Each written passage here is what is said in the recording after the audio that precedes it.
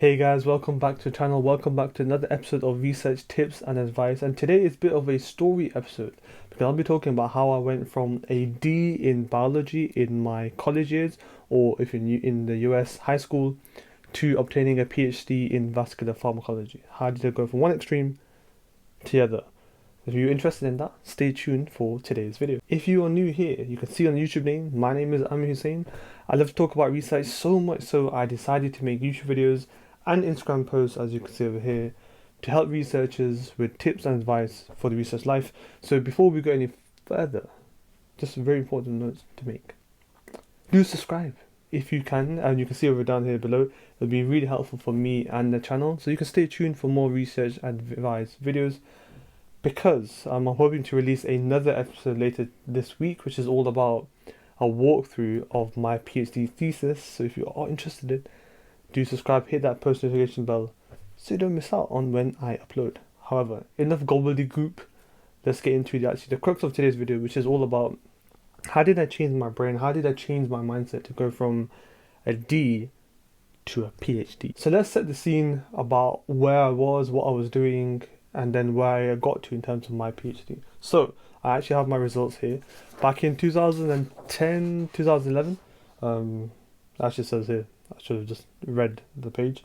I'll put this on the screen in a bit. These are my results for my high school, if you're in the US, or college if you're in the UK.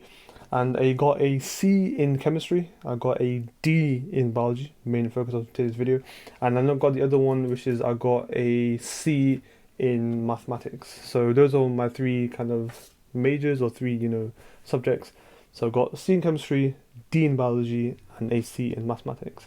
Now that's not really great, to be fair, especially a D in biology. So I didn't do very well in my college years. And fast forward, I did my degree in biomedical science. I was very grateful to get a first class honours. And then many of you know my PhD journey, and then obviously obtaining a doctorate in vascular pharmacology. So again, a lot of biology, predominantly biology, and then obviously quite a bit of chemistry. But the focus of today is how I went from that to that. And a reason why I wanted to set the scene is it's been nearly a decade journey to go from where I was to now obviously being a postdoc for a few years. But many of you, the reason why I want to make this video, many of you may be in college right now, many of you may be in university, and you felt you didn't do very well. You were, struggling before, or you're still struggling now. So this video is hopefully for you to realize that what can be possible is trying to adopt these kind of methods I'm going to be talking about in this video. So if you are feeling down, you're feeling I didn't do enough, or I failed, or whatever you class as failure, believe me, if I can get a D in before university and then obtain a doctorate in vascular pharmacology, you can too. But this video is all about sharing some tips and some advice, and in terms of methods as to how I shifted my mindset, my brain, my intellectual ability to get to a point where I was competent enough but also dedicated enough to go through a PhD and thankfully get one. So let's start with tip or advice number one. So a key marker, or a key kind of integral part of how I became who I was in terms of being relentless, was I stopped comparing and I stopped complaining. And I realized when I was making this video in terms of like the script and what I was going to talk about, I looked back and realized that I used to complain a lot during my college years about other people, or about the teacher, or about the exams too hard, or they messed this up, or why did they do it in the morning. And I kept making excuses. I kept trying to find something to blame as opposed to looking at myself. Now this is obviously quite common for all of us. You may hear it on Instagram videos, YouTube videos, but hearing from somebody who's actually went through it hopefully sounds a bit more accessible, a bit more relatable, because the things I used to compare about was my other peers who, may have had an easier life, or may have had, better techniques or whatever, or other people who had better friends, for example, and they all could work together, or other people who, had some really good resources. So I stopped comparing and the other people who were just really clever, and why is it that I'm struggling to figure this out?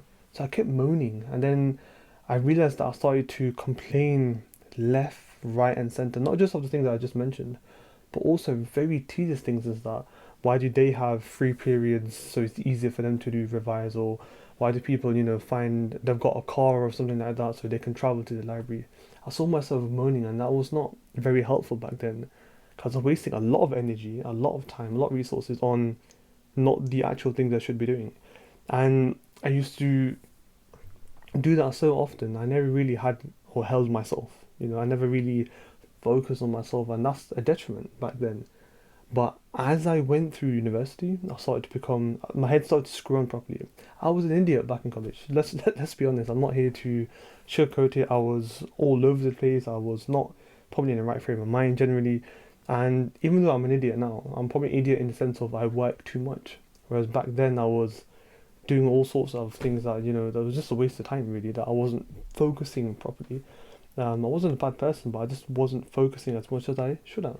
But then, as I mentioned, during university, towards the second and third year, I started to hit that light bulb moment. Like, I am more than just this degree. There should be more to me. I feel that something I'm not doing right, and that's when everything started to click. I started to become more driven, focused, relentless. I'm going to be talking about that in today's video. But you can realize now, you can see now how my mindset wasn't helpful back then, and that was a big part of me not doing well back in college. Now, number two is a very important tip because I was, especially in my early parts of my degree now, now that I've gone through college, really didn't understand what I was doing properly. And then in university, I was being very inefficient with the way I was studying and learning. Because now that I've got the gratitude, the you could say the mindset, now it's about being effective. And this tip is all about learning how you learn. I think Jim Quick, I think I got the book somewhere. I'll pick it up. Bear with me one second. Limitless by Jim Quick, really important book that I still need to read properly. I've been very lazy with that. But anyway, the reason why I mentioned Jim Quick is he mentioned, learning is your superpower, but you need to learn how you learn. So towards my third year of my degree, I started to understand what is effective for me. How do I actually enjoy learning and studying? What I realized was that talking to myself actually was very effective in me learning because I was listening to myself talking, so I was taking it in, but I always had to tell myself what to study. So I'll be looking into my patio door, walking around, my house, and realizing angiogenesis is clinical biochemistry is related to it. So I just started talking to myself, and that was really effective. Something else that was really effective that worked for me was writing summary essays of topics in the module.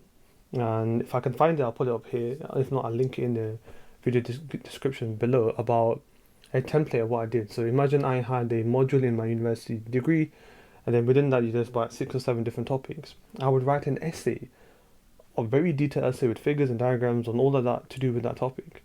And then I would write it out, I would memorize it, I would talk about it.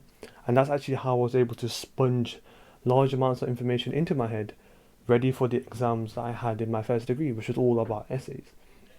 So I definitely started to refine how I studied for different parts. So if it was presentations, I would write out the whole presentation and write a storyboard, a script like I do for these videos to some degree, and then practice it as much as possible. As opposed to just writing notes and notes and notes just for the sake of it, which was copying it out from a book into notes, which is the same thing, just summarized, but not actually taking much in. So I spent a large part of my final year and my degree understanding how I learn and how I enjoy learning. And then that helped me towards my PhD when I was understanding the topic, understanding, the techniques and methods, and to set me on a good course to try and get my doctorate. Now, the last tip for today's video is very personal to me, and I hope it resonates with you because it's all about not depending on, not relying on others for studying and for learning. It's taking ownership, taking accountability yourself, taking responsibilities, and making use of that time that you have. Back when I was college and I think university, I was waiting for people to be free or looking at, oh, are you available to do some studying together? Now, study buddies are incredible. They're really helpful, really effective. But I was relying on that too much to the point where I was wasting my own time. When I needed to strap up, get on with it, focus with yourself. When I actually stopped asking for help in this notion is when I actually started to become relentless. And towards my PhD, I thought when I was to look back now, the more I didn't ask for help, the more focused I became. Now, there are times where you will need to ask for help. I'm not denying that. There are times where you would work with somebody. But the majority of the time, if you're waiting for that, that is a problem. If you're hoping for somebody to solve something, that's a problem. If you're expecting somebody to do this for you, that's a problem. As I always try and say, you always hope for something, but never expect it. And that's a very fine line. I think I made a video about this a long time ago, but something I try to resonate with myself, that you try and hope somebody will do something, but you never expect somebody to do something. And this is very personal in terms of getting help. One of the key ways that I transformed the way I learned and the way I became an individual for studying and researching and the whole academia life is I stopped seeking for help. I tried to figure out how to do it on my own. And when I exhausted all opportunities, then I tried to help people, or tried to ask for help, sorry. I didn't use it as a first resort, I used it as a last resort. And the reason why I'm mentioning this is that I became more responsible, I became more accountable, I became more focused with my time, I became more, at peace with myself, because I was kind of like working with myself, as if I was talking to myself from the third person. Like me and me were trying to figure out what's going on, and it became easier to understand it. Because why? I figured out how to do it myself. I looked at YouTube videos or looked at how other people did it, looked at papers and tried to piece it together. And then because I tried to piece it together, it stuck more than somebody trying to tell me to do something. Now, if you're learning techniques in research, those are really useful. But I'm on about how I changed my mindset to be in a better position to try and obtain a doctorate. And this is very, very key to my own actual story. So the crux of it is stop asking for help and start helping yourself, and you'll see how far you can actually succeed. So guys, those are some tips and advice on how I went from a D to a PhD, from going to college and not doing very well to obtaining a PhD in vascular pharmacology. And those are just some tips. There are many more that I hope to share on this YouTube channel. Do consider subscribing, please, if you don't mind. It'd be really helpful for me in the channel. But the crux is, and the really important part of this is that don't allow grades or some mark of achievement to weigh you down. That if you didn't do very well or if you fail at something, doesn't mean that is your marker of intelligence. I have a paper here that says I got a D in biology, but I have a doctorate up there that says I have a PhD in vascular pharmacology.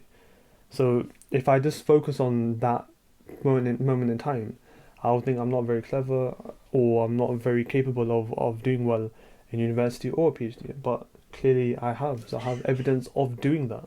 So just don't think that when you're in college or when in university and you did bad in the essay or did bad in coursework, whatever it may be, doesn't mean that that is your marker of intelligence.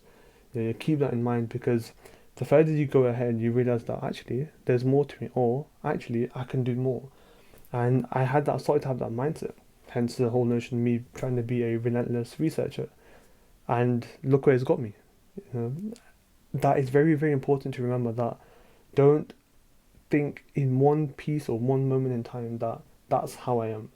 There's more you can do. There's always more you can succeed. There's always more trials you can go through, more tests you can do to get better and better, get more, you can say, more successful in terms of academia life. So don't be too disheartened if you feel that this is not going well for me. Imagine how down I was when I got a D in biology, but I didn't give up. And the whole kind of theme inside the video is don't give up. Those are some tips and advice I use to refine myself so I have a better chance of succeeding. But if you want to keep, a really important part is use this video and use my whole journey that I tried to share in this video as don't give up. You don't realize your potential. And one of the key bits in my PhD, I'll put it over here, is we all have a potential that far exceeds what our minds can imagine. What we lack is the belief that we have it and the desire to utilize it. I didn't know I had the potential to go from a D in biology to a PhD, but clearly I had. What I had to do is believe in myself. So hopefully this video serves as a motivator, as well as some actual tips to motivate you and to inspire you not to give up. But in any case, I know I've talked a lot in this video, but I hope you have a good week, and I hopefully will see you soon. Take care. See you in the next one.